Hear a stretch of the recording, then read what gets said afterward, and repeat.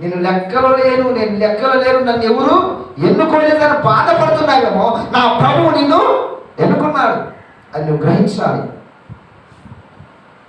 అనుకుంటాం కదా, మనకి బంధువులు ఏదో శుభకార్యం జరిగితే ఆ శుభకార్యానికి మనల్ని పిలవకపోతే నేను ఎందుకు లేననుకుంటా, నన్ను లెక్క చేయలేదు అనుకుంటా. ఎందుకు? అక్కడ ఆస్తి లేదు కదా, అందుకు నన్ను ఎంచుకోలేదు ఇల్లు, అందుకు నన్ను ఈ శుభకార్యానికి పిలవలేదు అనుకుంటాను మనల్ని కదా. కానీ ఆయన శుభకార్యానికి అందరినీ పిలుస్తున్నాడు. హల్లెలూయా. ఏంటా శుభకార్యము? మధ్య ఆకాశన మహిమలోకన నా ప్రియుడా ప్రియయే. హల్లెలూయా. ఆ కళ్యాణానికి నిన్ను నన్ను ఎన్నుకున్నాడు. ఈ లోకంలో జరిగే కళ్యాణానికి నీ డబ్బు చూసి నిన్ను ఎన్నుకొని ప్రథమ స్థానం ఇచ్చి ఇలా పిలవాలరా, ఇలా పిలవకపోతే ఎవరు అనుకుంటారా, ఈ డబ్బున్నోరా అనుకుని పిలుస్తున్నారేమో. నా ప్రభు కళ్యాణానికి నీ కాడ ఏమీ లేకపోయినా పిలుస్తున్నాడు. హల్లెలూయా. ఆ కళ్యాణానికి వచ్చేటప్పుడు నువ్వు ఒకటే చేయాలి, పెళ్లి వస్త్రములు ధరించుకో.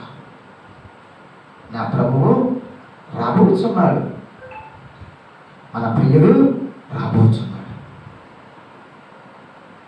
నీ భర్త నిన్ను ఎలా చూసి ఎన్నుకున్నాడో నాకు తెలియదమ్మా. నీ ఆస్తిని చూసి ఎంచుకున్నాడేమో, లేకపోతే నీ కుటుంబ బలగాన్ని చూసి ఎంచుకున్నాడేమో. ఎంచుకుంటారు కదా, వాళ్ళు ఆ అమ్మాయిని చేసుకుంటే బలగం ఎక్కువ ఉందిరా, మనకి ఏదైనా ఆపద వచ్చినా వస్తారా అని ఎంచుకునేవారు లేరా?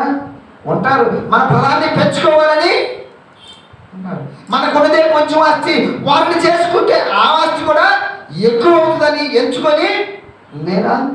ఉన్నారు. కానీ నా ప్రభువు నిన్ను ఎన్నుకున్నాడు.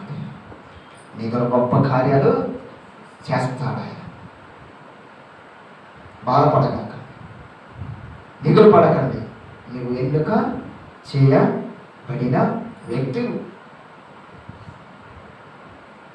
ఎవరో నేను పిలవలేదని, ఎవరో నన్ను ఎంచుకోలేదని బాధపడి దిగులు పడి ఏడ్చి కంటపటి నీరు తెచ్చుకునే కంటే నా ప్రభువు చెబుతున్నాడు, నువ్వు బాధపడగాక నేను నిన్ను ఎంచుకున్నా.